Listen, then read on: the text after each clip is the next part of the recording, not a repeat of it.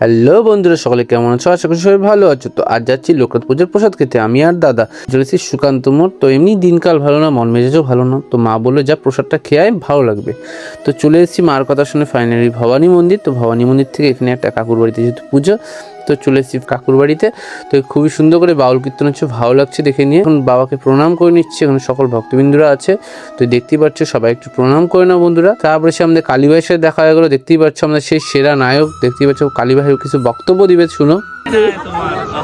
তোমার দেখাই নাই কেন? তুমি এখন বড় লোক হয়ে গেছো।